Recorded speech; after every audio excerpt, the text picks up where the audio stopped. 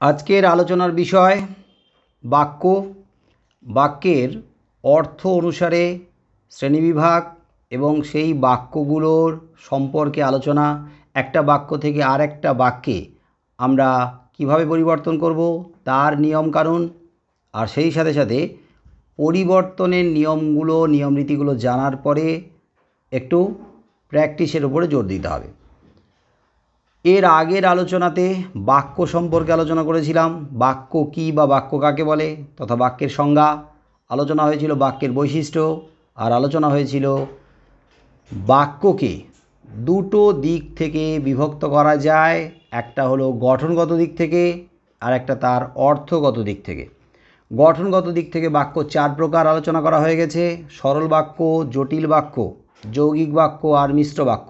পরীক্ষায় মিশ্র বাক্যের আসার সম্ভাবনা কম, আমরা প্রধানত জোর দেব সরল, জটিল আর যৌগিক, এবং ওই বাক্যগুলোর পরিবর্তনের যে নিয়ম, সরল থেকে জটিল বা যৌগিক বা জটিল বা যৌগিক থেকে সরল বাক্যে পরিবর্তন করার যে নিয়মগুলো আলোচনা করা হয়ে গেছে। এবার তোমাদের জোর দিতে হবে প্র্যাকটিসে।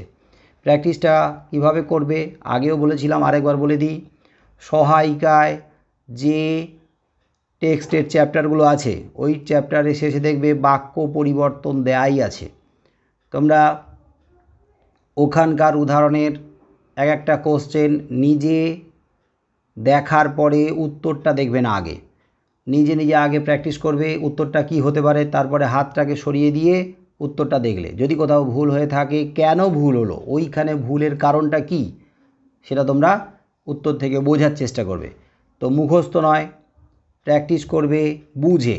আগে নিজে উত্তরটাকে বানাবে প্রশ্ন দেখে, তারপরে মিলিয়ে দেখবে উত্তরের সঙ্গে মিল আছে কি না। যদি মিল না থাকে তাহলে কোথায় ভুল হলো, কেন ভুল হলো, তুমি যা ভাবছো ওখানে কেন তার অন্য রকম উল্টো রকমের, সেটা কিন্তু আগে মাথা খাটানোর চেষ্টা করবে। আর মাঝখানে আমি বলে দিই, লেফট হয়ে গেল একজন দেখতে পাচ্ছি, এরকম যদি তোমরা লেফট হয়ে যাও আবার জয়েন করে নিও, রিজয়েন করে নিও। হ্যাঁ, যেখানে ছিলাম, তো প্র্যাকটিসের উপরে জোর দিতে হবে। ব্যাকরণের ক্ষেত্রে প্র্যাকটিস এবং বুঝে প্র্যাকটিস করো, মুখস্থ বিদ্যা নয়, মুখস্থ করার দরকারই নেই, মুখস্থ হলে চাপ হয়ে যাবে। এখন তো বিশেষ করে এই করোনা পরিস্থিতিতে, লকডাউনের পরিস্থিতিতে মুখস্থের উপরে যদি জোর দাও তাহলে পাগল পাগল লাগবে। এখন বেশ মজার ছলে তোমরা প্র্যাকটিসটা করবে, যে দেখবে যে এই বাক্যটা এরকম আছে, আচ্ছা দেখি তো এই বাক্যটা যদি এরকম থাকে, নিয়ম তো আমাদের জানা আছে, ঠিক আছে, নিয়ম ধরে আমি বাক্যটাকে পরিবর্তন করে দেখি হলো কি না, তারপরে মিলিয়ে দেখো। বেশিরভাগ ক্ষেত্রেই ঠিক হবে। যত ঠিক হতে থাকবে তত দেখবে আরও ইন্টারেস্ট বাড়তে থাকবে। এক আধটা ভুল হতেই পারে, তো ওখান থেকে আবার নিজেকে সংশোধন করে নেবে।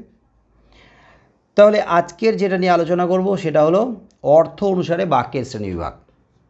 অর্থ অনুসারে বাক্যের শ্রেণীবিভাগ। গঠন অনুসারে বাক্য চার প্রকার ছিল, কিন্তু অর্থ অনুসারে বাক্য 7 প্রকার। একবার দেখে নাও বা মিলিয়ে নাও, আমি বলে যাচ্ছি পরপর। 1 নম্বর নির্দেশক বাক্য।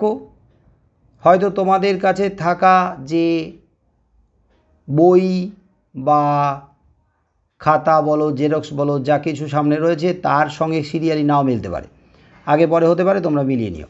নির্দেশক বাক্য। নির্দেশক বাক্যের আবার আরেকটা নাম আছে। দেখো তোমাদের কাছে যা আছে সামনে, যে বই বা খাতা জেরক্স আছে, সেখানে নির্দেশকের কি আর কোনো অল্টারনেটিভ নাম, অর্থাৎ পরিপূরক নাম বা প্রতিশব্দ, সমার্থক শব্দ দেয়া আছে? দেখে বলো, কেউ একজন বলো কি নাম লেখা আছে, বলো। ইতিবাচক, হ্যাঁবাচক, না না সমার্থক বাক্য। না না না না, ভুল হলো। স্যার একটা আছে, বলো, নির্দেশাত্মক বাক্য। আবার বলো। নির্দেশাত্মক বাক্য। নির্দেশাত্মক বাক্য, ঠিক আছে। এছাড়া আর আর কিছু আছে? স্যার আর তো নেই। আচ্ছা, তো যাদের লেখা নেই তারা একটু লিখে নাও, আমি বলছি। ও যেটা বললো ওটা তো লেখোই। নির্দেশকের আরেক নাম নির্দেশাত্মক। নির্দেশাত্মক বানান দেওয়া আছে, দ্বন্দ্বে নয় হর্ষই, দয় রে বেকার, তালবেশয় আকার, তয় ম ক, তাই তো? তয় ম দেওয়া আছে তো? তুমি কি বললে বানান দেখে বলো তো, তয় ম আছে কি না? ওকে, তাহলে তোমরা সবাই লিখে নাও, নির্দেশক বাক্যের আরেক নাম নির্দেশাত্মক।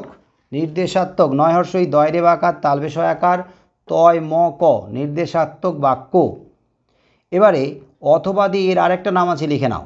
এই নামটা মুখস্থ রাখতেই হবে, এই নামটা মনে রাখতেই হবে। এটা হচ্ছে বিবৃতিমূলক বাক্য বলা হয়। বয় হর্ষই, বয় রি, তয় হর্ষই, বিবৃতি, বিবৃতিমূলক বাক্য। বিবৃতিমূলক বাক্য বা ওর আরেকটা নাম আছে বর্ণনামূলক, লিখে রাখো, বর্ণনামূলক। বিবৃতিমূলক বা বর্ণনামূলক বাক্য। লেখা কমপ্লিট, লেখা শেষ হয়েছে,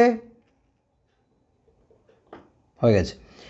তো এইবারে নির্দেশক বাক্য বা নির্দেশাত্মক বাক্য বা বিবৃতিমূলক বা বর্ণনামূলক, এই চারটে নাম কেন মনে রাখবে? পরীক্ষায় ধরো দিয়ে দিল বিবৃতিমূলক বাক্য কাকে বলে, লেখো। এসে কি প্রশ্ন? সংজ্ঞা। সংজ্ঞা যখন দেবে তখন সংজ্ঞা লেখার পরে অবশ্যই উদাহরণ লিখবে। উদাহরণ না লিখলে 1 নাম্বারের মধ্যে হাফ নাম্বার কিন্তু কেটে নেওয়ার সম্ভাবনা আছে। হয়তো দেবে, হাফ নাম্বারই দেবে। সংজ্ঞা লিখেছো, উদাহরণ লেখনি, উদাহরণটা লাগবে। ব্যাকরণের ক্ষেত্রে যে কোনো সংজ্ঞায় উদাহরণ তোমরা অবশ্যই দিও। আমি বলবো ইংলিশ গ্রামারের ক্ষেত্রেও তাই করা উচিত। যাই হোক, ইংরেজি স্যার কী বলছে সেটা শুনে নেবে। তবে আমি বলবো আমার সাবজেক্টের ক্ষেত্রে ব্যাকরণের সংজ্ঞা চাইলে উদাহরণ দিতেই হবে। তো বিবৃতিমূলক বাক্য তুমি পড়ে যাওনি, মানে বিবৃতিমূলক এই নামটা তোমার মুখস্থ নেই। তোমার মুখস্থ আছে নির্দেশক বাক্য। তোমাকে বললো যে নির্দেশক বাক্য তুমি পড়ে গেছো, তোমাকে বললো যে বিবৃতিমূলক বাক্যের একটা উদাহরণ দাও।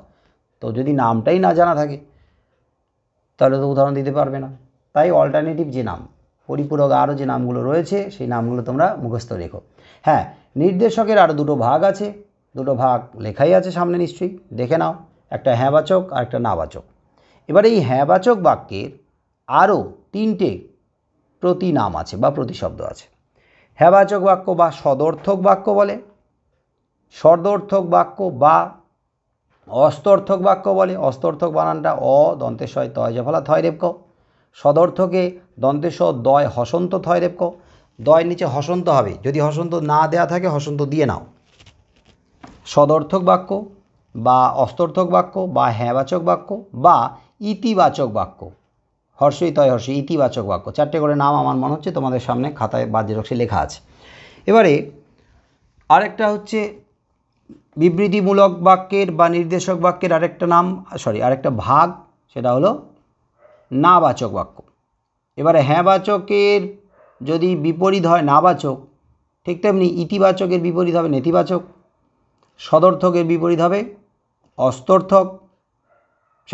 সদর্থকের বিপরীত হবে নস্তর্থক, দন্তে ন দন্তেশয় তয় জফলা থয় রেপ ক। আরেকটা আছে নয় অর্থক বাক্য। নয় অর্থক, দন্তে ন ইয় হসন্ত থয় রেপ ক, নয় অর্থক বাক্য। তাহলে নির্দেশক বাক্যের দুটো ভাগ, হ্যাঁবাচক আর নাবাচক, তাদের আরও 3টে করে নাম রয়েছে, পেয়ে গেলাম। সংজ্ঞাতে আমি পরে আসছি, বৈশিষ্ট্যতে আমি পরে আসছি। তারপরে আছে প্রশ্নবোধক বাক্য বা প্রশ্নবাচক বাক্য, তারপরে হচ্ছে অনুজ্ঞাবাচক বাক্য, তারপর ইচ্ছা বা প্রার্থনা সূচক বাক্য, আবেগসূচক বাক্য বা আবেগবাচক বাক্য, সংশয়বাচক বাক্য। সংশয়বাচকের আরেকটা নাম আছে সন্দেহবাচক বাক্য। তারপরে শর্ত সাপেক্ষ বাক্য, শর্ত সাপেক্ষের আরেকটা নাম আছে কার্যকারণাত্মক বাক্য। তারপরে ইতিবাচক বাক্য, ইতিবাচক বা নেতিবাচক তো নির্দেশকের মধ্যে গেল। আমার মনে হয় 7টা বলা হয়ে গেছে, কি হয়ে গেছে না? এবারে আমি ইংরেজি নামগুলো আমি গত ক্লাসে আলোচনা করেই দিয়েছিলাম, তাও আরেকবার আলোচনা করে দিচ্ছি। নির্দেশক বাক্যের ইংরেজিটা হচ্ছে অ্যাসার্টিভ সেন্টেন্স। অ্যাসার্টিভের দুটো ভাগ, একটা হচ্ছে অ্যাফার্মেটিভ আর একটা নেগেটিভ। প্রশ্নবাচকের ইন্টারোগেটিভ, অনুজ্ঞাবাচকের ইম্পারেটিভ, ইচ্ছা বা প্রার্থনা সূচকের অপটেটিভ, আবেগসূচকের এক্সক্লামেটরি, সন্দেহবাচকের ডিউবিউএস। তাই তো উচ্চারণ কী ছিল? DUBIOUS, ডিবিউএস। শর্ত সাপেক্ষ বা কার্যকারণাত্মকে ছিল ওই কন্ডিশনাল সেন্টেন্স, কন্ডিশন একটা আছে, শর্ত। তাহলে 7টা আমাদের হয়ে গেল। এবারে সংজ্ঞার ক্ষেত্রে তোমরা মনে রাখবে, বাবা বাইরে কুকুরের উৎপাত শুরু হয়েছে, কী করি, এত চিৎকার করছে, সাউন্ড প্রবলেম। তো এই যে বাক্যগুলোর সংজ্ঞা কঠিনভাবে মনে রাখার চেষ্টা করবে না। ব্যাকরণের ক্ষেত্রে সংজ্ঞা সবসময় সহজভাবে মনে রাখার চেষ্টা করবে, যত সহজ করে পারো মনে রাখবে। আর তাতে কী হবে? মনেটা তো থাকবে ঠিকঠাক। এবারে ওই সহজ করে যদি তোমরা লেখো, মানে সহজ করে যদি তোমরা সংজ্ঞাটা লিখে আসো, তাহলে আমার মনে হয় না যে নাম্বার কমাবে বা নাম্বার কাটবে। 1 নাম্বার আছে, আমি সহজে বোঝালাম, আমি নিজে বুঝেছি, এক্সামিনারকে বোঝাতে পেরেছি, ব্যাস 1 নাম্বার আমি পাবো। উদাহরণ সহ লিখলেই পাবে। তো সংজ্ঞাটাকে এইভাবে মনে রাখবো। কিভাবে না, একটা নামের মধ্যে যে অর্থ লুকিয়ে আছে ওই অর্থটাকে আমরা সংজ্ঞার মধ্যে ফেলে দেব নামের মধ্যে। যেমন ধরো নির্দেশক, নির্দেশক বাক্য, তার আরেক নাম বিবৃতিমূলক বা বর্ণনামূলক বাক্য। তো এই নির্দেশক বাক্য মানে আমাদের মাথায় আসতে পারে, ও যে নামের সঙ্গে যদি মিলিয়ে বলি সংজ্ঞা বা বৈশিষ্ট্য, তাহলে নির্দেশক বাক্য যে বাক্যের দ্বারা কোনো কিছুর নির্দেশ দেওয়া হয় তাই নির্দেশক হওয়া উচিত। একদম ডাহা ভুল। নির্দেশক বাক্যে যার মধ্য দিয়ে নির্দেশ দেওয়া হয় তাকে নির্দেশক বাক্য বলে না। ওই নির্দেশ দেওয়া হয়, নির্দেশ, এই কাজটা করো, এটা করো না, এখানে যাও, ওখানে যেও না, পড়তে বসো, খেলতে যেও না, আড্ডা দিও না, মোবাইলে গেম খেলো না, মোবাইলে আবার পড়াশোনা করতে করতে অন্যান্য সাইট খুলো না, ইত্যাদি ইত্যাদি। এই না, হ্যাঁ, এই যে নির্দেশ দেওয়া হচ্ছে, এই নির্দেশটা কিন্তু নির্দেশক বাক্যে দেওয়া হয় না। এই ধরনের নির্দেশ দেওয়া হয় যে বাক্যে, যেখানে আদেশ করা হয়, অনুরোধ করা হয়, উপদেশ দেওয়া হয়, নির্দেশ দেওয়া হয়, সেই ধরনের বাক্যগুলোকে ইংরেজিতে কি বলে না ইম্পারেটিভ সেন্টেন্স। ইম্পারেটিভ সেন্টেন্সের বাংলা কি বলো? অনুজ্ঞাসূচক বাক্য। হয়ে গেল অনুজ্ঞাসূচক বাক্য। তাহলে অনুজ্ঞা মানেই আদেশ, অনুরোধ, উপদেশ, নির্দেশ ইত্যাদি ইত্যাদি ইত্যাদি। তার মানে নির্দেশক বাক্যে কিন্তু নির্দেশ নয়, নির্দেশক বাক্যে বিবৃতি প্রকাশ পায়। এটাই মাথায় রাখবে যে নির্দেশক বাক্যটা যদি মনে না থাকে, তার অল্টারনেটিভ যে নামটা মনে রাখবে, তবে গিয়ে সংজ্ঞা মনে থাকবে। নির্দেশক বাক্য কাকে বলে আগে ভেবে নেবে। নির্দেশক বাক্যের আরেকটা নাম কি আছে না বিবৃতিমূলক বা বর্ণনামূলক। ওকে, যে বাক্যের মধ্য দিয়ে বিবৃতি প্রকাশ করা হয়, বিবৃতি, কোনো কিছু বিবৃতি, বক্তা তার বিবৃতিটাকে প্রকাশ করছে, বিবৃতি দিচ্ছে, বর্ণনা করছে, সে নিজের মনের ভাব, নিজের যে বক্তব্য তারই প্রকাশ করছে, বর্ণনা করছে। এবং সেই বর্ণনা করতে গিয়ে, বিবৃতিটা প্রকাশ করতে গিয়ে কী করে, হয় সে নেগেটিভ সেন্সে বলে, না হলে সে পজিটিভ সেন্সে বলে। নেগেটিভ সেন্সে বলা মানে হচ্ছে নাবাচকে বলে, নেতিবাচক মনোভাবে বলে, আর পজিটিভ মানে হচ্ছে হ্যাঁবাচকে বলে বা ইতিবাচক মনোভাব নিয়ে বলে। কি দুভাবে মনোভাব নিয়ে আমরা বলতে পারি? আমরা বলছি যে রাম ভাত খায়, এটা একজন ভাত খাচ্ছে, রাম তার নাম, সে ভাত খাচ্ছে, তো সে কী কাজ করছে, কে কী কাজ করছে, সেটা যখন আমরা বিবৃতিটাকে প্রকাশ করছি, মানে বর্ণনা করছি, তখন আমরা এইভাবে বললাম রাম ভাত খায়। তাহলে এই রাম ভাত খায় যে বিবৃতিটা প্রকাশ করলাম বা বর্ণনা করলাম, সেটা কি হ্যাঁবাচকে বললাম না নাবাচকে বললাম বলো? বাস হ্যাঁবাচকে বললাম, পরিষ্কার, একদম সহজ ব্যাপার, হ্যাঁবাচকে বলেছি। তাহলে হ্যাঁবাচকে যদি বলে থাকি, তাহলে আমার এখান থেকে একটা নেগেটিভ ব্যাপার নেই, নেতিবাচক ব্যাপার নেই, একটা ইতিবাচক মনোভাব প্রকাশ পেয়েছে।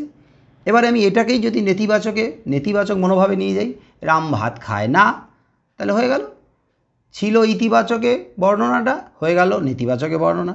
তাহলে বর্ণনামূলক বাক্য তথা বিবৃতিমূলক বাক্য মানে নির্দেশক বাক্যে দুভাবে বর্ণনা প্রকাশ পায়, হ্যাঁবাচকে আর নাবাচকে। এইবারে যদি বলি আরও সহজ করে দেওয়ার জন্য, যে বিবৃতিমূলক বাক্য বা নির্দেশক বাক্য কোন বাক্যগুলো বুঝবো কী করে, তাহলে নির্দেশকটাকে বাদ রাখো, ওটাকে আপাতত এক পাশে সরিয়ে রাখো। বলো, নির্দেশককে যদি আমরা এক পাশে সরিয়ে রাখি, অর্থ অনুসারে বাক্যের শ্রেণীবিভাগ ছিল 7টা, তাহলে কটা বাক্য বাকি থাকলো? 6টা। এইবার এই 6টার নামগুলো তোমাদের সামনে যে বই খাতা জেরক্স যা আছে, তোমরা সেই নামগুলোর দিকে তাকাও। আমি বলে যাচ্ছি আমার মতো করে, কিন্তু তোমরা আগে পরে সিরিয়ালি মিলিয়ে নিও। প্রশ্নবাচক বাক্য, তাহলে এটা সহজ ব্যাপার, যে বাক্যের মধ্য দিয়ে কোনো কিছুর প্রশ্ন করা হয়। অ্যাকচুয়ালি প্রশ্ন করা হবে মানে কাজটা হবে ক্রিয়ার মধ্য দিয়ে, ক্রিয়াই তো কাজ করে, ক্রিয়ার মধ্য দিয়ে তো কাজটা প্রকাশ পায়। তাহলে বক্তা কোনো কিছু সম্পর্কে জিজ্ঞাসা করবে, বক্তার যে মনের ইচ্ছেটা, সে কী চায়, কার কাছে কীভাবে প্রশ্ন করছে সেই প্রশ্নটা সে জিজ্ঞাসা করবে। তাহলে যার মাধ্যমে প্রশ্ন করা হয়, যার মাধ্যমে জিজ্ঞাসা করা হয়, যার মধ্য দিয়ে বক্তা তার মনের যে ইচ্ছেটা মনের ভেতরে যে কিউরিসিটি মানে কৌতূহলটা প্রকাশ করে জানার জন্য, তো সেটাই হবে প্রশ্নবোধক বাক্য বা প্রশ্নবাচক বাক্য। তাহলে এক ধরনের বাক্য, এটা এক ধরনের অর্থ প্রকাশ পাচ্ছে। কি অর্থ? না আমার মধ্যে কোনো কৌতূহল আছে, কোনো কিছু নিয়ে জানার ইচ্ছে আছে, তো সেটাকে আমি প্রশ্নের মাধ্যমে প্রকাশ করলাম। আমি দেখতে পাচ্ছি যে এইবারে পুজোর সময় বেরোনোর সম্ভাবনা নাই, কম, তাও আমি বাড়িতে প্রশ্ন করছি, ব্যতিব্যস্ত করছি যে পুজোতে একবারের জন্য হলেও বেরোতে পারবো না, দূরত্ব রাখবো, একটু কি ঘুরতে যাব না, বাড়িতে বলেই যাচ্ছি। বাবা মা তো চিন্তিত ছেলে মেয়েদেরকে নিয়ে, না না না না না যাওয়া যাবে না, যাই হয়ে যাক না কেন এবছর পুজোতে বেরোনোই যাবে না, কারণ পুজোতে বেরোনো মানে ভিড়ভাড়টা তো হবেই, সবাই এটাই ভাবছে যে বেশিরভাগ তো পুজোতে বেরোবে না, আমি একাই বেরোবো, ফাঁকায় গিয়ে ঠাকুরটা দেখে আসি। সবাই তো ভাবছে একই কথা, তাই না? তো গিয়ে দেখা যাচ্ছে কি লোকারণ্য, সবাই ভাবছে যে কেউ বেরোবে না, আমি একাই ঠাকুর দেখে আসি। তাহলে বাড়িতে তোমরা প্রশ্ন করছো যে একবারের জন্য বেরোবো না, কেউ তো বেরোবে না, যাই না, একবার জন্য গিয়ে দূর থেকে ঠাকুর দেখে চলে আসি। তো আমার মনের ভেতরে একটা কৌতূহল আছে জানার জন্য যে ঠাকুর দেখতে বেরোবো কি বেরোবো না, তো সেটা এই ধরনের অর্থ প্রকাশ করছে, জানার ইচ্ছাটা। তাহলে এক ধরনের অর্থ প্রকাশ করলো, যেটা হচ্ছে প্রশ্নের মাধ্যমে, যেটা হচ্ছে জানার ইচ্ছা বা কৌতূহলকে প্রকাশ করা হচ্ছে কোনো কিছু প্রশ্নের মাধ্যমে, সেটাই হয়ে গেল প্রশ্নবাচক বা প্রশ্নবোধক বাক্য। ছেড়ে দাও। এবারে আর এক ধরনের অর্থ প্রকাশ পাচ্ছে কি, ওই যে আদেশ, অনুরোধ, উপদেশ, নির্দেশ, যেটা অনুজ্ঞাবাচক বাক্য, এটাও ছেড়ে দাও। আরেক ধরনের অর্থ প্রকাশ পাচ্ছে কি না ইচ্ছা বা প্রার্থনা সূচক, হে ভগবান এই যাত্রায় করোনা থেকে উদ্ধার করো, এই জীবনে করোনা থেকে উদ্ধার করে দাও, এই জীবনটাতে এইবারে করোনা থেকে বাঁচিয়ে দাও, ঠিক আছে, সবাইকে বাঁচিয়ে দাও এই জীবনে, পরের জীবনে আবার করোনার বাপ ভাই বোন সবাইকে নিয়ে আসো, এই জীবনটাতে উদ্রে দাও ভগবান, প্রার্থনা করছি তোমার কাছে, হে ভগবান রক্ষা করো। তাহলে প্রার্থনা, তাহলে আরেক ধরনের অর্থ প্রকাশ পেল, প্রার্থনা বা নিজের ইচ্ছাটা প্রকাশ পেল, কি চাইছি ভগবানের কাছে, প্রার্থনা করছি কি বলে, তাহলে আরেক ধরনের অর্থ। এবারে আরেক ধরনের অর্থ প্রকাশ পাচ্ছে কি আবেগের মধ্যে বিভিন্ন রকমের আবেগ আছে, আবেগের মধ্যে দুঃখ আছে, কষ্ট আছে, রাগ আছে, ঘৃণা আছে, আবেগের মধ্যে বিস্ময় আছে, প্রশংসা আছে, কত রকমের আবেগ প্রকাশ করা যায়। একটা মানুষের মধ্যে বিভিন্ন রকমের আবেগ থাকে, তাই না? আমাদের মধ্যে জীবজন্তুর মধ্যে আবেগ থাকতেই পারে, কিন্তু জীবজন্তুর মধ্যে সেই আবেগটা আমরা খুব বেশি ফিল করতে পারি না, প্রকাশ খুব একটা পায় না, তারা নিজেদের মধ্যে হয়তো বোঝে, আমরা জানি না। কিন্তু মানুষ হচ্ছে পৃথিবীর মধ্যে সবথেকে শ্রেষ্ঠ জীব এবং সবথেকে বুদ্ধিমান, সবথেকে চালাক চতুর, সবথেকে সুন্দর, তার জন্যই আমরা কিন্তু আমাদের কথাটাই বলতে পারি যে আমাদের মধ্যে সবথেকে বেশি আবেগ রয়েছে অন্য জীবের থেকে, প্রাণীর থেকে। তাহলে কত রকমের আবেগ আছে, তাহলে সেই আবেগের মধ্যে অনেক রকমের ভাগ আছে। তা সামগ্রিকভাবে কি সমস্ত আবেগটাকে এক জায়গায় ধরা আছে যে বাক্যের মধ্য দিয়ে, সেটাই হচ্ছে আবেগসূচক বাক্য। তাহলে আবেগটা আরেকটা অর্থ প্রকাশ করছে। এবারে সন্দেহবাচক বা সংশয়সূচক বাক্য। আচ্ছা, আবেগের একটা উদাহরণ দিয়ে দিই। আবেগ, ধরো বললাম আকাশটা কি সুন্দর, একটা আবেগ প্রকাশ পেল, মানে এটা বিস্ময়, আকাশটা কি সুন্দর, দারুণ বিস্ময়। কিন্তু এই বিস্ময়টা, এই আবেগটাকে যদি আমরা আরও একটু বাড়াতে চাই, তখন বলবো কি আকাশটা কি সুন্দর, আরও আবেগ, আকাশটা কি সুন্দর, আকাশটা কি সুন্দর, মানে তুমি টানতে থাকো, আবেগ আবেগ আবেগ আবেগ, কত বিস্ময় প্রকাশ পাবে ঠিক নেই। এবার এর আগে যোগ করে দাও, বাহ আকাশটা কি সুন্দর, তাহলে আরও আবেগ প্রকাশ পাচ্ছে। তাহলে এটা এক ধরনের অর্থ প্রকাশ পেল। আবার শর্ত সাপেক্ষ বা কার্যকারণাত্মক বাক্য, তার আগে একটা আছে যেটা বলছিলাম সন্দেহবাচক বাক্য। সন্দেহবাচক বাক্যের আরেকটা নাম কি সংশয়সূচক বাক্য। তাহলে যার মধ্য দিয়ে সংশয় প্রকাশ পাবে, সন্দেহ প্রকাশ পাবে, ওটা পুরোপুরি একটা সিদ্ধান্তে আমরা পৌঁছতে পারবো না, একটা কনফিউশন থাকবেই, সংশয়। এবারে পুজোতে হয়তো বৃষ্টি হতে পারে, তুচ্ছাদা বৃষ্টি হোক গে, সব মাটি করে দিই, এমনিতেই বেরোতে পারবো না, বৃষ্টি হতে পারে কি পারে না কে জানে। না হলে কি আর হলেই বা কি, তার থেকে বৃষ্টি হোক, বরং মনকে সান্ত্বনা দিতে পারবো। যাক, এবছর পুজোতে বৃষ্টি হওয়ার কথা ছিল, তাই বেরোতে পারিনি, বৃষ্টি হয়েছে, উপায় ছিল না। করোনার যেন একটা ব্যাড এফেক্ট না পড়ে, যে করোনার কারণে বেরোতে পারিনি। তো এবার হয়তো পুজোতে বেরোনো নাও যেতে পারে। এই যে হয়তো, বোধ হয়, একটা সংশয় প্রকাশ পাচ্ছে, সন্দেহ প্রকাশ পাচ্ছে, তাহলে এটাই সংশয়সূচক, এটাই সন্দেহবাচক বাক্য। এবারে হচ্ছে শর্ত সাপেক্ষ বা কার্যকারণাত্মক বাক্য। কার্যকারণাত্মক, একটা কাজের পেছনে একটা কারণ থাকবে। এইটুকু পড়াশোনা কিন্তু আমরা সবাই করেছি। আমার এই বয়সেও আমি করে এসেছি, তোমাদের এই বয়সেও তোমরা করে ফেলেছো। তোমরা জানো যে যে কোনো কাজ যদি ঘটে থাকে তার পেছনে কারণ থাকবে। কার্যকারণাত্মক সম্পর্ক। কেন হঠাৎ করে রাত দুপুরে জানলার পর্দাটা নড়ে উঠল? কেউ যদি একা ঘরে পড়ো, ভূতের ভয় থাকে, তাহলে তোমাদের মনে হতো ও বাবা ভূত। এটাও কারণ। কেন না নড়ে উঠলো জানলার পর্দা? এটাই কারণ। তুমি উদ্ধার করেছো, এইটাই কারণ। কি কারণ? না ভূত নড়িয়ে দিয়ে চলে গেছে। হতেই পারে। ঘুমিয়ে আছো রাত দুপুরে একা ঘরে, হঠাৎ করে চোখটা কিছু একটা ঠুক করে আওয়াজ হলো, খুট করে আওয়াজ হলো, চোখটা খুললে দেখলে জানলার পাল্লাটা খোলা। এই বাবা, আমি তো জানলার পাল্লাটা বন্ধ করে শুয়েছিলাম, জানলার পাল্লাটা তো খোলা ছিল না, কে খুললো? জানলার পাল্লা খুলে গেছে, কিন্তু মানে কাজ একটা হয়েছে, পেছনে তো কারণ আছেই। কি কারণ? কিছু যখন উদ্ঘাটন করতে পারছো না, উদ্ধার করতে পারছো না, তখন কি কারণ? বলো কি কারণ? কেন জানলার পাল্লাটা খুললো? ভূত। ভূত। কারণ যখন কিছু খুঁজে যাচ্ছে না তখন ভূত, কারণ যখন আমি খুঁজে পাচ্ছি না তখন নিশ্চয়ই ভূত খুলেছে। হ্যাঁ, এবার ঠ্যাং ধরে টান দেবে, চুলের মুঠি ধরে, চুটি ধরে টান দেবে। তো এবারে যদি ভালো করে উদ্ধার করো তাহলে দেখা যাবে কি, যদি উদ্ধার করতে পারো তাহলে দেখা যাবে হয়তো তোমার ঘরে হয়তো বাবা ঢুকেছিল, মা ঢুকেছিল, তোমাকে দেখেছে, দেখলো যে প্রচণ্ড গরমে ছেলেটা মেয়েটা ঘেমে গেছে, আস্তে করে জানলার পাল্লাটা খুলেছে, একটু পরে এসে বন্ধ করবো, কিন্তু ভুলে গেছে নিয়ে। হতেই পারে, এটা কিন্তু কারণ। আবার এটা নাও হতে পারে, হয়তো দেখা যাবে তুমি পাল্লাটাকে লাগিয়েছিলে এমনভাবে, হয়তো বা ছিটকিনিটা হয়তো বা কোনোভাবে খুলে গেছে, আস্তে করে আলতোভাবে বাতাসে আস্তে করে খুলে গেছে। নাও হতে পারে, অন্য কোনো কারণও থাকতে পারে, থাকতেই পারে। হয়তো চোর এমনভাবে জানলার কবজাটাকে খুলেছে, পাল্লার কবজাটাকে খুলে আস্তে করে খুলে ফেলেছে। তাদের কাছে অনেক রকমের ইনস্ট্রুমেন্ট থাকে খোলার জন্য, কাজ করার জন্য। তুমি ভাবছো কি, না না হতেই পারে না, আমি জানলার পাল্লা আমি নিজে ভালো করে বন্ধ করেছি, আমার হাতে বন্ধ করেছি ঘুমানোর আগে, এটা হতেই পারে না।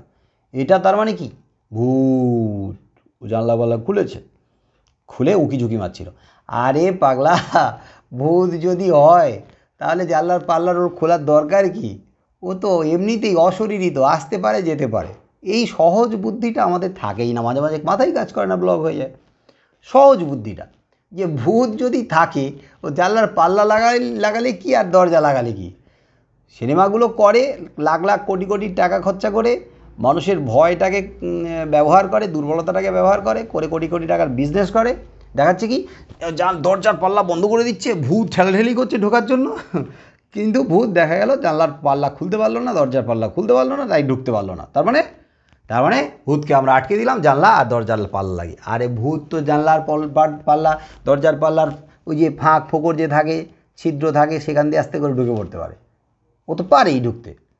তাহলে জানলার পাল্লা বন্ধ রেখে আমরা ভূতকে কী করে ধরি আটকাবো? তাহলে ভূতটা আসলে কোথায় বসে আছে? ও তো আমাদের মনের ভেতরে বসে আছে, ওখান থেকে উৎখাত করে ওকে ফেলো, মানে ভয়টাকে জয় করো। যাই হোক, পাল্লা কেন খুলে গেছে, আমি কার্যকারণাত্মক বাক্যে ছিলাম। পাল্লা কেন খুলে গেছে, কারণ যদি উদ্ঘাটন করতে পারো তাহলে বুঝতে পারবে, হ্যাঁ কারণ উদ্ঘাটন করতে পেরেছি, অনেক বুদ্ধি কাটিয়ে মাথা কাটিয়ে অনেক পড়াশোনা করেছি, মাথা খাটাতে হয়েছে, এই কারণে হয়েছে ব্যাপারটা। ওকে, ঠিক আছে। আর যদি উদ্ধার করতে না পারো তাহলে উত্তর কী হবে, ও ভূতে খুলেছে। যদি উদ্ধার করতে না পারি ওটা কী হয়েছে, ও ভগবান করেছে। যদি উদ্ধার করতে না পারি ওটা অলৌকিক ব্যাপার, ওটা ঐশ্বরিক ব্যাপার, এটা অলৌকিক ক্ষমতা, ভৌতিক ব্যাপার, ভৌতিক ভূতের শক্তি আর হচ্ছে আমাদের ভগবানের শক্তি, ও তো সীমাহীন। ফলে হলো ভৌতিক ব্যাপার আর ওগুলো দৈবিক ব্যাপার। বাস ওই দৈবিক ব্যাপার আর ভৌতিক ব্যাপার বলে যখনই তুমি ছেড়ে দেবে, কোনো কার্যের পেছনে থাকা যে কারণ জিন্দেগিতে কোনোদিন উদ্ধার করতে পারবে না, তাই পড়াশোনা করাটাও বৃথা। আমি বাক্যের নিয়ে আলোচনা করতে গিয়ে যুক্তিসঙ্গত ব্যাপারে চলে যাচ্ছিলাম। ওই নিউটনের আপেল গাছের তলায় বসে থাকাকালীন একটা আপেল পড়লো, কি আপেল পড়েছিল তো নাকি কি পড়েছিল, নারকেল পড়েছিল না কি তাল পড়েছিল না কি পড়েছিল? আপেল, আচ্ছা নারকেল পড়লে নিউটন, নিউটনের আর ওই সূত্র আর বেরোতো না। তো যাই হোক, তো নিউটন যদি ওইটাই উদ্ঘাটন করার চেষ্টা করতো যে আচ্ছা আপেলটা উপর থেকে নিচের দিকে কেন পড়লো, কি কারণে পড়লো, কে ফেললো, ওটাই যদি উদ্ধার করতো, ও ওপর থেকে ও আমার ছোটোবেলায় তো আমার বাবা বা আমার মা আমার ঠাকুমা ঠাকুরদা বলতো এগুলো ভগবানের খেল, যা কিছু ঘটছে ভগবানই করছে, ওই আপেলটা উপর থেকে নিচে ভগবানই ফেলেছে, অতএব টাটকা তাজা আপেল পড়েছে, চলো কামড়ে কামড়ে খেয়ে বাড়ি যাই তাজা আপেল, ব্যাস ওখানে কিন্তু সূত্র থেমে যেত। কিন্তু উনি কিন্তু মাথা খাটিয়েছেন, বড্ড মাথা চুলকেছিলেন, মাঝখানে কিন্তু টাগ হয়ে গেছে নিউটনের জন্য। তো এত চুলকাতে মাথায় চুলকাতে চুলকাতে দেখা যাচ্ছে কি না একটা কারণ বেরোলো যে এই কারণে এটা হচ্ছে, তো কারণ তো খুঁজে বের করো। আর কারণ খুঁজে বের করার জন্যই তো শিক্ষিত মানুষ, শিক্ষিত আমরা শিক্ষা লাভ কেন করছি, কারণ খুঁজে বের করবো বলে। আমরা যদি বলি এটা ভৌতিক কাণ্ড, এটা যদি দৈবিক কাণ্ড, ভগবান করছে ভূতে করছে, আর এ মুন্ডু ভগবান করছে ভূতে করছে, এটা তো যারা পড়াশোনা করছে না শিক্ষিত তারা করবে। আমরা যদি শিক্ষিত হয়ে বলি ভূতে করছে, তাহলে কারণটা উদ্ঘাটন করবে কে? তাহলে কার্য কারণাত্মক বাক্য, প্রত্যেকটা কাজের পেছনে কারণ আছে, কারণটা খুঁজে না পেলে আমরা ঠেলে দিই কি এটা আমাদের দ্বারা সম্ভব নয়, এটা ভূতের ব্যাপার, এটা দেবতার ব্যাপার, দেবীর ব্যাপার। কিন্তু না, এটা কারোরই ব্যাপার নয়, দেবতার না, ভূতেরও না, এটার পেছনে অ্যাকচুয়ালি কাজ আছে, সরি কাজের পেছনে কারণ আছে, কারণ উদ্ঘাটন করো। যেদিন উদ্ঘাটন করবে সেদিনকার বিজ্ঞান এক একটা নতুন নতুন দরজা খুলে দেবে, নতুন নতুন দিগন্ত উদ্ঘাটিত হয়ে যাবে।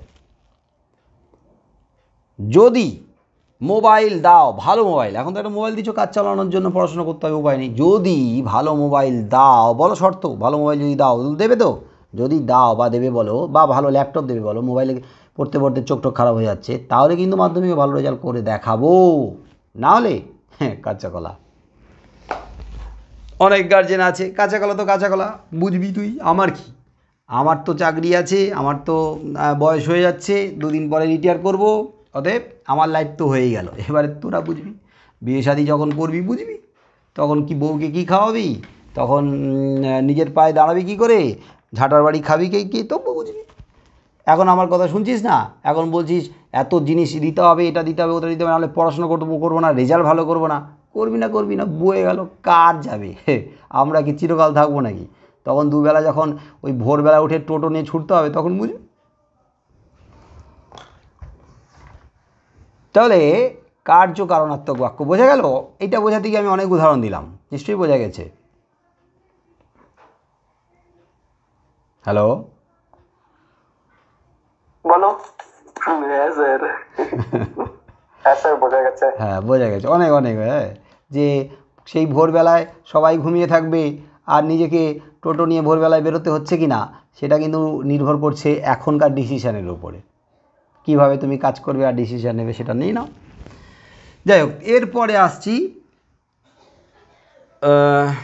ও 6টা বাক্য হয়ে গেল, কি হলো তো, আবার একবার বলছি, প্রশ্নবোধক, অনুজ্ঞাবাচক, ইচ্ছা বা প্রার্থনাবাচক, আবেগবাচক, সন্দেহবাচক, শর্ত সাপেক্ষ, তাহলে 6টা হয়ে গেল কি না? 6টাই তো হিসেব করে, 6টাকে এবারে ড্রেনের জলে ভাসিয়ে দাও, চলে যাচ্ছে ওর ড্রেনের জলে, থাক। বলো, হারাধনের 10টা ছেলে আমরা জানি, কিন্তু এখানে আমরা দেখতে পাচ্ছি বাক্যের মানে এখানে বাক্য হলো হারাধনের 7টা ছেলে, 6 জন জলে ভেসে চলে গেল, কে পড়ে রয়েছে? নির্দেশক বাক্য পড়ে রয়েছে। তাহলে বাকি 6টা 6 ধরনের অর্থ প্রকাশ করছিল, ওই 6 ধরনের অর্থ যারা প্রকাশ করছিল তাদেরকে সরিয়ে দেওয়ার পরে বাকি যে ধরনের অর্থ প্রকাশ করবে সেই হচ্ছে নির্দেশক, এবং সেই নির্দেশক 2 ধরনের অর্থ প্রকাশ করে, সেটা কী রকম, একটা হ্যাঁ বাচকে আর একটা না বাচকে। আমি যদি বলি হ্যাঁ বাচকে তো বিস্ময়ও হয়, যেমন ধরো ওই যে আবার ওই শব্দটা ওই বাক্যটাই বলছি যে আকাশটা কি সুন্দর, বলো এটা হ্যাঁ বাচক না না বাচক? আকাশটা কি সুন্দর, বিস্ময়, হ্যাঁ বাচক, তাহলে এখানেও হ্যাঁ প্রকাশ পাচ্ছে, কিন্তু না এটা হ্যাঁ বাচক হলেও এটাকে আমরা নির্দেশকের মধ্যে ফেলবো না, এটা কিসের মধ্যে থাকবে, আবেগের মধ্যে থাকবে, রাইট। তাহলে আবেগ বাদ দিয়ে, অনুজ্ঞা বাদ দিয়ে, প্রশ্ন বাদ দিয়ে, ইচ্ছা প্রার্থনা বাদ দিয়ে, সন্দেহ বাদ দিয়ে, শর্ত সাপেক্ষ বাদ দিয়ে বাকি যেগুলো পড়ে থাকবে সেগুলোই হয়ে যাবে হ্যাঁবাচক আর নাবাচককে নিয়ে নির্দেশক বা বিবৃতিমূলক। রাম ভাত খায়, রাম ভাত খায় না। রাম ভাত খাচ্ছে, রাম ভাত খাচ্ছে না। রাম ভাত খেয়েছে, রাম ভাত খাচ্ছে না, না খেয়েছে না, কি হবে, কি উচ্চারণ হবে? স্যার আমরা খাইনি। ও সরি, খায়নি, রাইট। রাম ভাত খায়নি।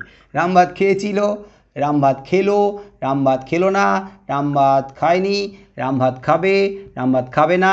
তাহলে অতীত হোক আর বর্তমান হোক আর ভবিষ্যৎকাল হোক, তিনটেতেই আমরা দেখতে পাচ্ছি সাধারণভাবে রামকে নিয়ে বিবৃতি বা বর্ণনা প্রকাশ করা হচ্ছে হ্যাঁবাচক বা নাবাচকে, তাহলে ওটাই হয়ে যাবে বিবৃতিমূলক বাক্য।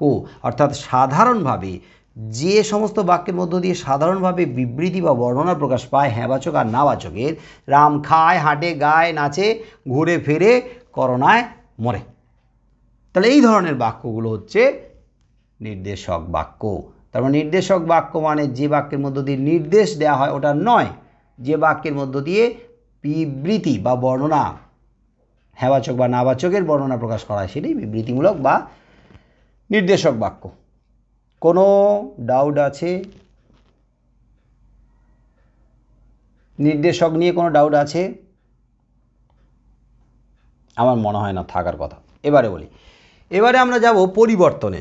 এবারে যাব যে নির্দেশক বাক্যে যে দুটো ভাগ আছে না, ওই দুটো ভাগের পরিবর্তনে যাব, মানে হ্যাঁবাচক থেকে নাবাচকে আর নাবাচক থেকে হ্যাঁবাচকে, এই পরিবর্তনে আমরা যাব।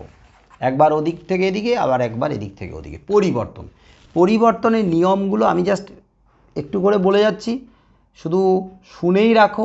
আমার মনে হয় শুনে রাখলেই হবে, কারণ এই হ্যাঁবাচক থেকে নাবাচকের পরিবর্তন বা নাবাচক থেকে হ্যাঁবাচকের পরিবর্তনের নিয়ম আমরা অনেক আগেই পড়ে এসেছি, প্র্যাকটিস করে এসেছি।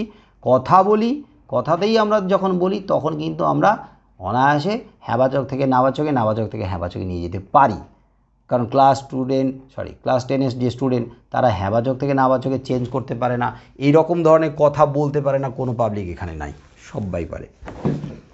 নিয়ম আলাদা করে মনে রাখার তাই দরকার নেই, উদাহরণ মনে রাখবে, নিয়ম আপনার থেকে মনে থাকবে। এবারে আমি নিয়ম বলছি কি, ধরে নাও একটা বাক্য, এভাবে কোনো কথা বলা উচিত নয়,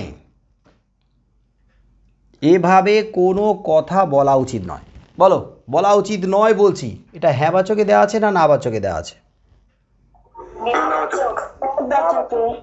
নির্দেশকের কথাটাই বলছি, নির্দেশকের তো দুটো ভাগ, হ্যাঁবাচক নাবাচক। আমি বলছি আবার, এভাবে কথা বলা উচিত নয়, নাবাচক আছে না হ্যাঁবাচকে দেওয়া আছে? ওকে, না, হ্যাঁ, নাবাচক মানে নেতিবাচক, তো নাবাচকে দেওয়া আছে, আমরা কি করে বুঝলাম? দেখবে নাবাচকের একটা নাবাচক বা নেতিবাচক শব্দের ব্যবহার থাকে।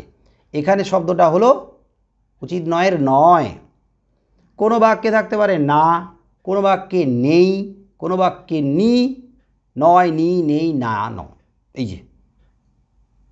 এই যে কোনো একটা থাকবে, এটা থাকলেই নাবাচক, আর এটা যদি না থাকে হ্যাঁবাচক।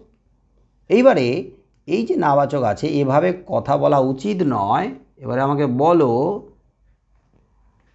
এই উচিত নয়ের বিপরীত শব্দ কি?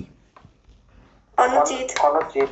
হয়ে গেল, তাহলে বাক্য হয়ে গেল এভাবে কথা বলা। বলো, চেঞ্জ করো। বিপরীত না সমর্থন? অনুচিত। আমি বিপরীত শব্দ জিজ্ঞেস করেছি, উচিত নয়ের। উচিত, এভাবে কথা বলা অনুচিত। ও, বিপরীত শব্দ বললাম না? হ্যাঁ স্যার, হ্যাঁ, উচিত নয়ের, উচিত হবে। রাইট, উচিত নয়, একদম, হ্যাঁ, অনুচিত তো উচিত নয়। উচিত নয় মানেই অনুচিত, রাইট, উচিত নয় মানে অনুচিত। হ্যাঁ, তো বলা হচ্ছে যে বিপরীত শব্দ দিয়ে বাক্যগুলোকে চেঞ্জ করা যায়, বিপরীত শব্দ দিয়ে।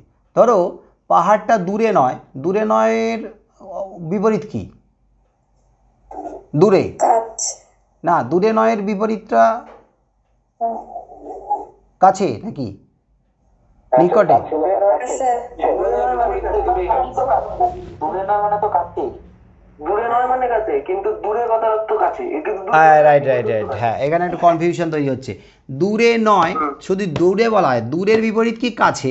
আর দূরে নয়ের মানেটা কি? কাছে। হ্যাঁ, ঠিক আছে, এবার এই কনফিউশনটা আমারও কেটে গেছে। সেটা হলো বাক্যকে তো পরিবর্তন করতে হবে, কিন্তু বাক্যকে পরিবর্তন করতে গিয়ে বাক্যের অর্থকে বজায় রাখতে হবে, অর্থকে পরিবর্তন করা যাবে না। তার মানে দূরে নয় এটার বিপরীত শব্দ না, এটার সমার্থক শব্দকে নিয়ে আসতে হবে, নিকটে বা কাছে। তেমনি উচিত নয় এটার বিপরীত শব্দ না, উচিত নয়ের সমার্থক শব্দকে নিয়ে আসতে হবে, সেটা হচ্ছে অনুচিত। তাহলে সমার্থক শব্দ আনলে তবে গিয়ে কিন্তু অর্থটা একই থাকবে, আর সমার্থক শব্দ যদি না আনা হয় তাহলে অর্থটা বদলে যাবে, অর্থ পাল্টানো যাবে না। কাল, ক্রিয়াটা যে কালে আছে টেন্স, ওই টেন্স বা কালটা চেঞ্জ করা যাবে না। প্রকার, প্রকার মানে কি না, ওই কালের মধ্যে যে ভাগগুলো, ওই যে ধরো সাধারণ, ঘটমান, পুরাঘটিত, এই প্রকারগুলোতেও চেঞ্জ করানো যাবে না, ওই প্রকারগুলো একই রাখতে হবে। আবার ভাষা যদি সাধু ভাষা হয় সাধু ভাষাতেই রাখতে হবে, আর ভাষা যদি চলিত ভাষা হয় তাহলে চলিত ভাষাতেই কিন্তু পরিবর্তন করতে হবে। তাহলে এই কয়েকটা কথা মাথায় রাখতে হবে। হ্যাঁ, তাহলে আমরা দেখতে পাচ্ছি যে এইভাবে বাক্য পরিবর্তন করা যায়। দূরে নয় মানে কাছে বা নিকটে, উচিত নয় মানে অনুচিত। এইবারে এমন কিছু বাক্য যে বাক্যে এরকম সমার্থক শব্দ দিয়ে পরিবর্তন করা যাবে না, তখন বাক্যটাকে আমরা নিজের মতো করে একটু ঘোরাবো, মানে একটু অন্যভাবে ঘুরিয়ে চেঞ্জ করব বা পরিবর্তন করব। যেমন ধরো, বিদ্যাসাগরকে সবাই চেনে, এটা হ্যাঁবাচকে আছে না নাবাচকে আছে? হ্যাঁবাচক। এবারে বিদ্যাসাগরকে সবাই চেনে, এটা আমি কিন্তু সমার্থক শব্দ দিয়ে করতে পারবো না, তাই বাক্যটাকে ঘুরিয়ে বলবো। উত্তর কী হবে তাহলে চেঞ্জ করলে? নাবাচকে কে না চেনে, কে না জানে। যদি বলে বিদ্যাসাগরকে সবাই জানে, বিদ্যাসাগরকে কে না জানে। বিদ্যাসাগরকে সবাই চেনে, বিদ্যাসাগর কে না চেনে। সবাই জানে, কে না জানে। তাহলে এখানে এইভাবে বাক্যটাকে আমরা ঘুরিয়ে বলতে পারি। তাহলে বিদ্যাসাগরকে সবাই চেনে হ্যাবাচকে আছে, বললাম বিদ্যাসাগরকে কে না চেনে, এই যে নাটা চলে এলো, নাবাচক হয়ে গেল, কিন্তু অর্থটা বজায় থাকলো, একই থাকলো। আবার আরেকটা বাক্য বলি, মধু শিকারীকে বাঘে খেয়েছে। মধু শিকারীকে বাঘে খেয়েছে। মধু শিকারী একজন শিকারীর নাম, ওর নাম মধু। ও বাঘ শিকার করতে, ও অন্য কিছু শিকার করতে গিয়েছিল, হরিণ টরিণ হতে পারে, বা ওকে বাঘ শিকার করে ফেলেছে, বাঘে খেয়েছে। তো মধু শিকারীকে বাঘে খেয়েছে, এটা আছে হ্যাঁবাচকে। বাঘে খেয়েছে কোথাও না নেই, তাই নাবাচক নয়, এটা হ্যাঁবাচক। এবারে বলো এই হ্যাঁবাচকটাকে তোমরা নাবাচকে পরিবর্তন করবে কি দিয়ে, কিভাবে? এই বাক্যটাকে পরিবর্তন করো, মধু শিকারীকে বাঘে খেয়েছে, বলো।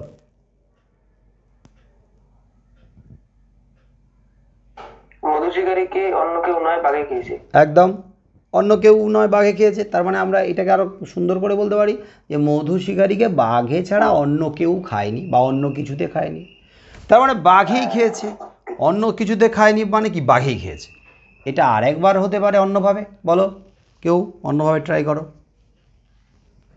মধু শিকারী বাঘে খাওয়ার হাত থেকে রক্ষা পায়নি। হ্যাঁ, মধু শিকারী বাঘে খাওয়ার হাত থেকে রক্ষা পায়নি, তার মানে বাঘেই খেয়েছে।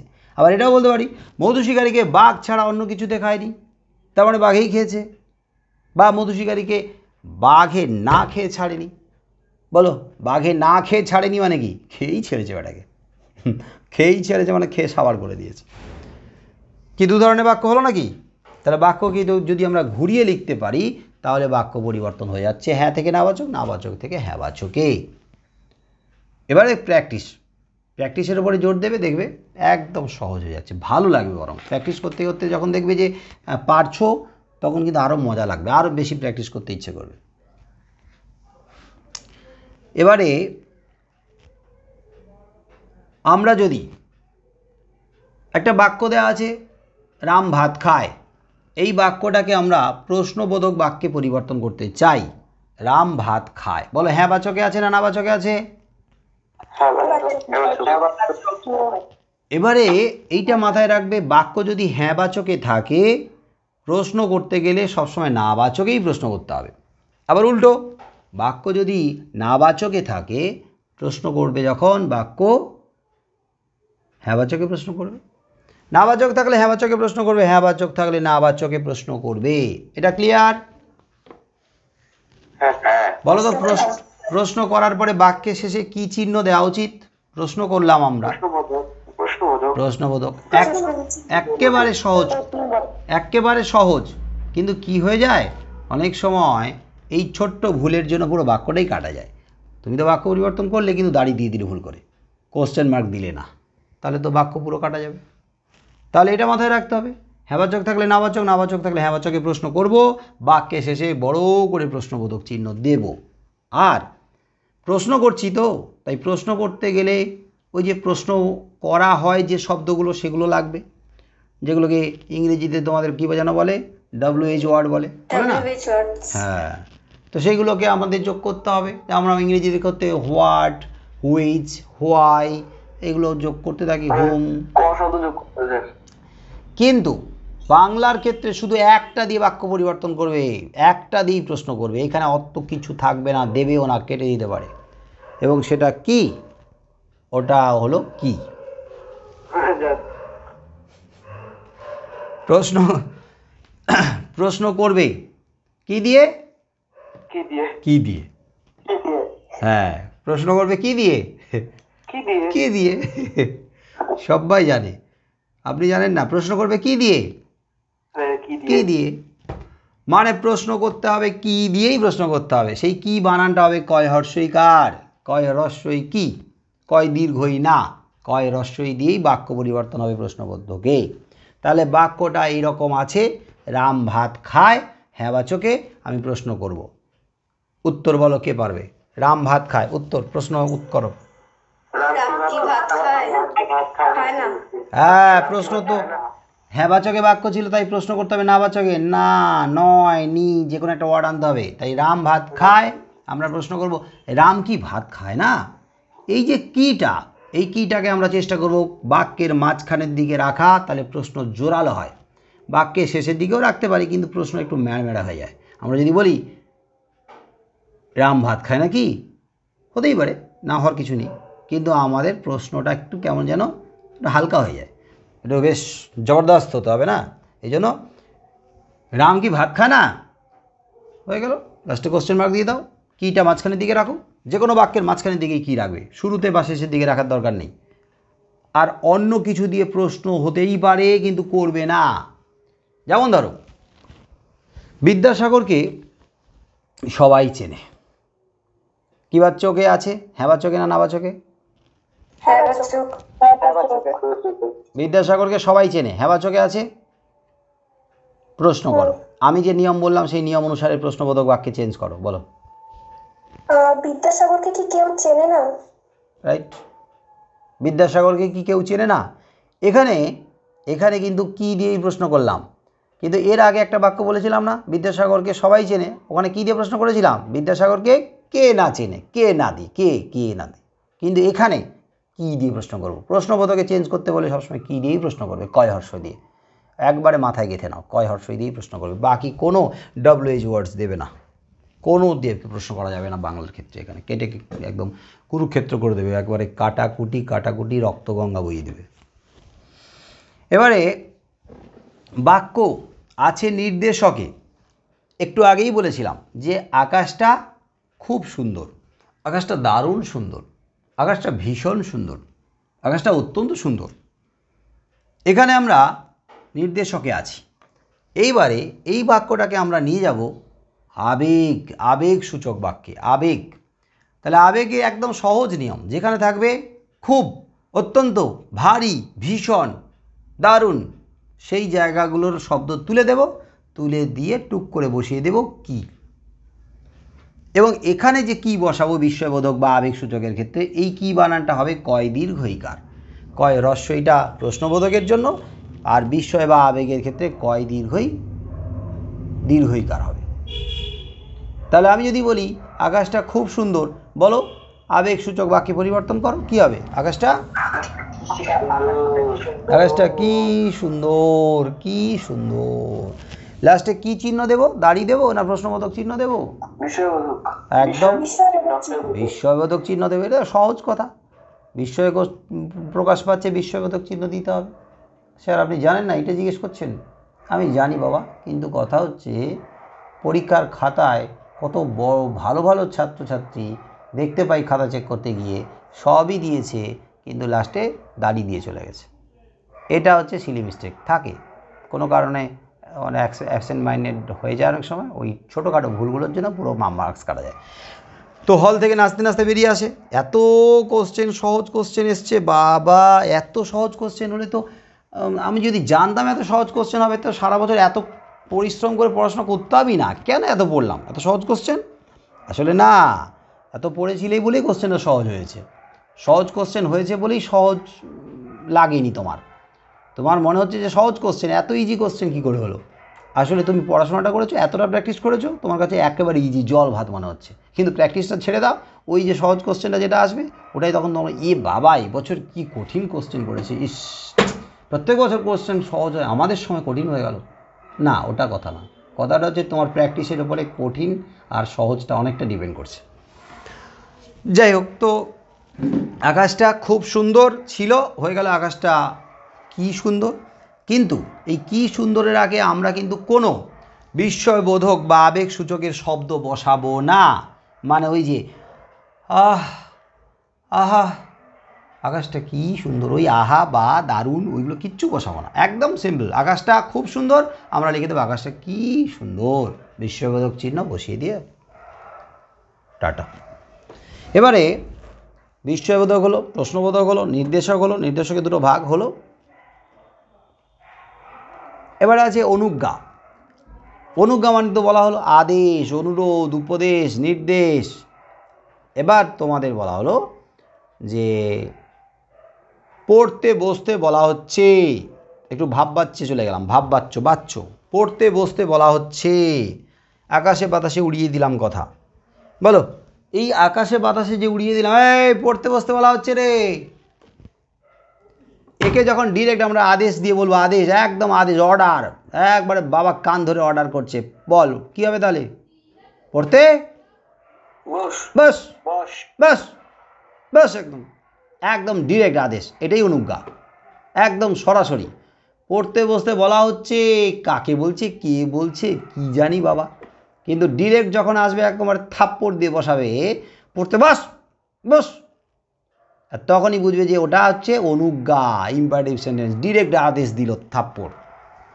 কিন্তু তার আগে আদেশ করছি পড়তে বস, ওইগুলো লেখা যাবে না, অনুরোধ করছি পড়তে বসো লেখা যাবে না, দয়া করে পড়তে বসো লেখা যাবে না, প্লিজ, কাইন্ডলি কিচ্ছু লেখা যাবে না, একদম সিম্পলি পড়তে বস।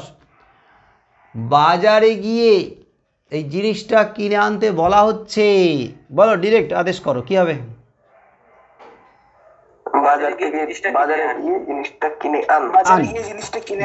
কিনে আন, এবারে বাজারে গিয়ে এখানে একটা ক্রিয়া ঢুকে আছে, এটাকে আমরা ভাঙতেই পারি, তাহলে বাজারে যা এবং নিয়ে আয়, এবং দিতেই পারি, নাহলে একবারেই এটা অসাময়িক ক্রিয়া আছে ওইভাবে রেখে দিতে পারি।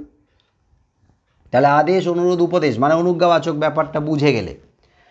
এবারে ইচ্ছা বা প্রার্থনা সূচক তো বলেছি, পরীক্ষায় কিন্তু সাধারণত ইচ্ছা বা প্রার্থনা সূচক বাক্য খুব একটা দেয় না, নির্দেশক বাক্যে দেয়া থাকলে ইচ্ছা বা প্রার্থনা সূচক বাক্যে পরিবর্তন করো, এটা কিন্তু সাধারণত দেয়া থাকে না, খুব বেশি আসে না, ঠিক আছে। তাও ধরো বললাম, ধরে নাও যে ছেলেরা রোজ মাঠে খেলে, এটা দেওয়া আছে নির্দেশক বাক্যে, এটাকে ইচ্ছা বা প্রার্থনা সূচক নিয়ে যেতে হবে, ইচ্ছা বা প্রার্থনা, ছেলেরা রোজ মাঠে খেলে, তাহলে আমরা ইচ্ছা বা প্রার্থনা দেখে যাব না, ছেলেরা রোজ মাঠে খেলুক, খেলুক খেলুক না রে, খেলুক, এটা প্রার্থনা ঠিক নয়, এটা ইচ্ছা প্রকাশ পাচ্ছে, ছেলেরা রোজ মাঠে খেলে, আমি বলতে পারি ওটা ইচ্ছা, আমার মনের ইচ্ছা, ওরা খেলুক, ওদেরকে ডিস্টার্ব করবে না কেউ, ছেলেরা রোজ মাঠে খেলুক। আর প্রার্থনার ক্ষেত্রে তো ওই যে হে ভগবান তাকে বিপদ থেকে উদ্ধার করো, হে ভগবান তাকে রক্ষা করো, ইত্যাদি ইত্যাদি প্রার্থনা আসছে, ইচ্ছা বা প্রার্থনা মোটামুটি কাছাকাছি মিল আছে। এটা পরীক্ষা খুব একটা থাকে না, জাস্ট নিয়মটা দেখে রাখবে, একটা উদাহরণ দেখে রাখবে বা একটা সংজ্ঞা দেখে রাখবে, হয়ে যাবে। তাহলে বাকি থাকলো কে, নির্দেশক হলো, প্রশ্ন হলো, অনুজ্ঞা হলো, ইচ্ছা হলো, আবেগ হলো, সন্দেহবাচক বাক্য, সন্দেহবাচক বাক্য খুব একটা থাকে না, চেঞ্জ করার ব্যাপারটাতে থাকে না, উদাহরণ দিতে বলে বেশিরভাগ, তো উদাহরণের সন্দেহ মানে তো বুঝতে পারছো, হাজার হাজার সন্দেহ আমাদের মধ্যে, আমাদের মনের মধ্যে কত সন্দেহ, সন্দেহ যদি না থাকে, সন্দেহ ব্যাপারটা কি বুঝতে চাও, তাহলে বাংলা সিরিয়ালেতে চলে যাও, একবারে পদে পদে সন্দেহ, দাঁড়িয়ে দাঁড়িয়ে সন্দেহ, চোখে চোখে তাকিয়ে তাকিয়ে সন্দেহ। আরে স্যার অ্যানিমেতে অনেক বেশি সন্দেহ হয়, অনেক বেশি। কোথায়? অ্যানিমে অ্যানিমে কি ওটা আমি জানি না, বল কি ওটা, আমার অভিজ্ঞতা কম। স্যার অ্যানিমেশন অ্যানিমেশন বাট না ও আচ্ছা আচ্ছা, অ্যানিমেশনে, কার্টুনে। হ্যাঁ, তো যাই হোক, তোমাদের বয়স কম, তোমরা এখন অ্যানিমেশনে সন্দেহ দেখো। তা আমি তো এখন বাড়ির দৌলতে সিরিয়ালে সন্দেহ দেখি, যে একবারে জটিল কুটিল। বয়স কম বলে এখন অ্যানিমেশনে, বয়স যখন একটু বেশি হবে তখন অন্য রকমের সন্দেহ। কত রকমের সন্দেহ তৈরি হবে, হাজার হাজার সন্দেহ, একবারে মনের ভেতরে ঠুসে থাকবে সন্দেহে। একে সন্দেহ, ওকে সন্দেহ, প্রতি মুহূর্তে সন্দেহ।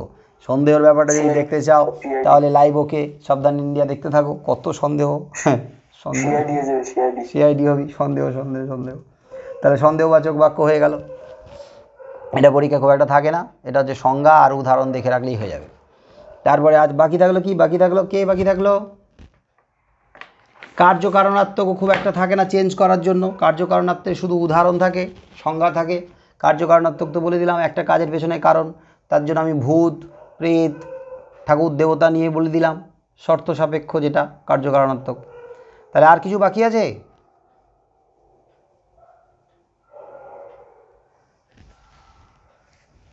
এ বাক্যের 7টা আলোচনা হলো না, আরও কিছু বাকি থাকলো?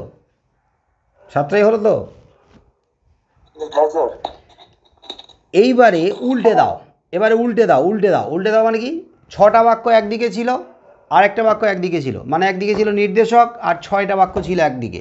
মানে আমি নির্দেশক থেকে কি করেছিলাম, এক একটা বাক্যে যাচ্ছিলাম, নির্দেশক থেকে প্রশ্নবাদকে, নির্দেশক থেকে অনুজ্ঞাতে, নির্দেশক থেকে ইচ্ছা পরিবর্তনে, নির্দেশক থেকে সন্দেহবাচকে, নির্দেশক থেকে শর্ত সাপেক্ষ বা কার্যকারণাত্মকে। এবারে উল্টে আসো, উল্টে আসো মানে পরীক্ষায় দেওয়া আছে প্রশ্নবোধক। বিদ্যাসাগরকে কে না চেনে, এটাকে যদি বলা হয় তোমাদেরকে নির্দেশকে করতে হবে, সিম্পলভাবে সাধারণভাবে বিবৃতিমূলক প্রকাশ করতে হবে। বিদ্যাসাগরকে কে না চেনে, বা বিদ্যাসাগরকে কি কেউ চেনে না, বলো উত্তর কি হবে? যেটা উত্তর হবে ওইটাই নির্দেশক। বিদ্যাসাগরকে সবাই চেনে। একদম একদম একদম, যেটা আমরা ওদিকে উল্টে দিয়েছিলাম ঠিক ওখান থেকে উল্টে নিয়ে আসবো এদিকে, তাহলে নির্দেশক হয়ে যাবে। পরীক্ষায় দেওয়া আছে বাজারে যাও, এটাকে বলছে নির্দেশক বাক্যে পরিবর্তন করো, তাহলে কি হবে বলো? বলা হচ্ছে ওই যে ভাব বাচ্চা চেঞ্জ করো, ও আকাশে বাতাসে উড়িয়ে দেবে, তাহলে ওটাই ভাব বাচ্চ, আকাশে বাতাসে উড়ে। বাজারে যাও উল্টে দেবে, হ্যাঁ বাজারে যেতে বলা হচ্ছে, হয়ে গেল নির্দেশক। এক গ্লাস জল দাও, বলো নির্দেশকে চেঞ্জ করো। এক গ্লাস জল দিতে বলা হচ্ছে, ওরা ভাব বাচ্চা চেঞ্জ করে দাও, আকাশে বাতাসে উড়িয়ে দিলেই নির্দেশক। এবার ধরো আছে ওই যে আবেগ সূচক, আকাশটা কি সুন্দর, এবারে নির্দেশকে চেঞ্জ করে ফেলো, বলো উত্তর বলো। আকাশটা খুব সুন্দর, পুরা এধার থেকে উল্টে দিলে এধারে নির্দেশক হয়ে যাবে, একেবারে সহজ। নির্দেশক থেকে উল্টে উল্টে আমরা এদিকে নিয়ে যাচ্ছিলাম, আবার ওদিক থেকে উল্টে উল্টে নির্দেশকে নিয়ে আসবে, একই পদ্ধতি। এই একটা করে উদাহরণ মনে রাখবে চেঞ্জ করার, তারপরে জগতের দুনিয়ার যত বাক্য আছে সে যত লম্বা হোক যত বড় হোক, একই ফ্রেমে একই নিয়মে ফেলে দিয়ে বাস বাকিটা চেঞ্জ করে দেবে, হয়ে যাবে, শেষ।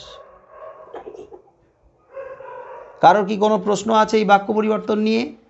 আমার মনে হয় একটু তোমরা জেরক্সটা দেখে নেবে, আর ব্যাকরণ বই সহায়িকার শেষেও আছে, একটু দেখে নিয়ে এক একটা চ্যাপ্টারের যে বাক্য পরিবর্তনগুলো দেওয়া আছে ওইগুলো একটু তোমরা প্র্যাকটিস করো। আমার মনে হয় না বাক্য পরিবর্তন নিয়ে কারো কোনো সমস্যা থাকার কথা, থাকলে আবার একদিন হয়ে যাবে না হলে আলোচনা, কী আছে।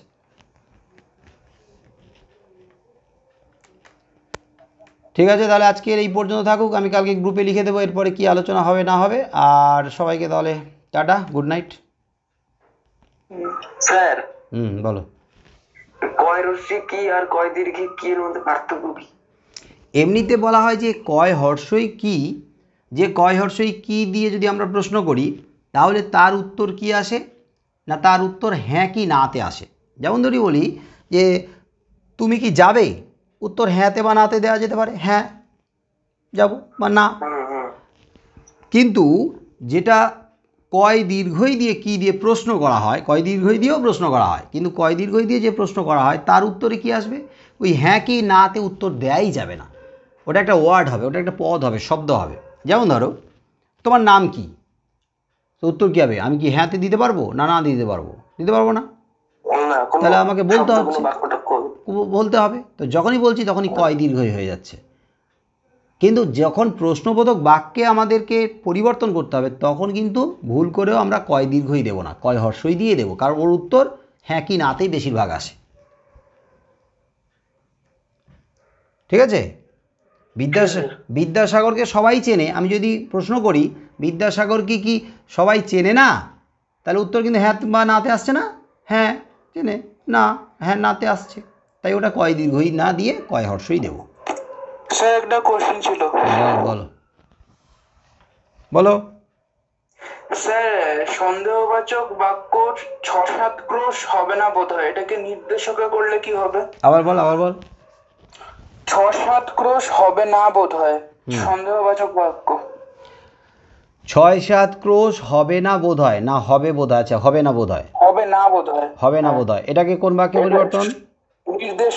নির্দেশকে। 6-7 ক্রোশ হবে না বোধ হয়, বোধ হয়টাকে উড়িয়ে দে, কনফার্ম করে দে, তাহলেই তো হলো। বোধ হয় উড়িয়ে দিয়েই তো আমাকে কনফার্ম করতে হবে।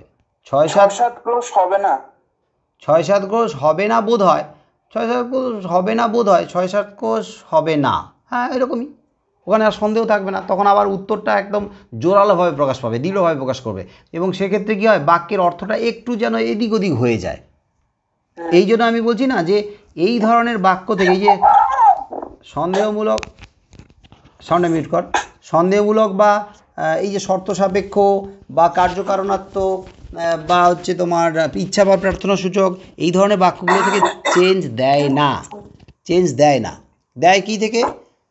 আবেগ সূচক থেকে চেঞ্জ আসে, প্রশ্নবোধক থেকে আসে, আর অনুজ্ঞা থেকে চেঞ্জটা আসে। আর নির্দেশক থেকে যদি চেঞ্জ করতে বলা হয়, এই 3টে বাক্যে চেঞ্জ করতে বলা হয়। ফলে আমাদের আর কোনো চাপ নেই। সম্ভবত 6-7 ক্রোশের বেশি হবে না। সম্ভবত বলতে তো আবার তো থেকেই গেল সন্দেহটা, তাই না? হ্যাঁ ওটাই আমি বুঝতে পারছিলাম না, নির্দেশকের চেঞ্জ হচ্ছে না। আমি যদি বলি 6-7 ক্রোশ হবে, 6-7 ক্রোশ হবে, এটাকেই যদি আমরা নির্দেশক থেকে চেঞ্জ করি সন্দেহবাচক, হয়তো 6-7 ক্রোশ হবে, তো ব্যাপারটা উল্টে দিলেই নির্দেশক। তো ফলে এটা ওখানে একটু থাকতে পারে, মনে হচ্ছে একটু কনফিউশন আছে, তবে আমার মনে হয় অত চাপ নিতে হবে না, কারণ এই ধরনের বাক্য থেকে চেঞ্জ পরীক্ষায় দেয় না, একদম 100%। আচ্ছা ঠিক আছে, ঠিক আছে সবাইকে, তাহলে গুড নাইট, টাটা, লেফট করে যাও একে একে।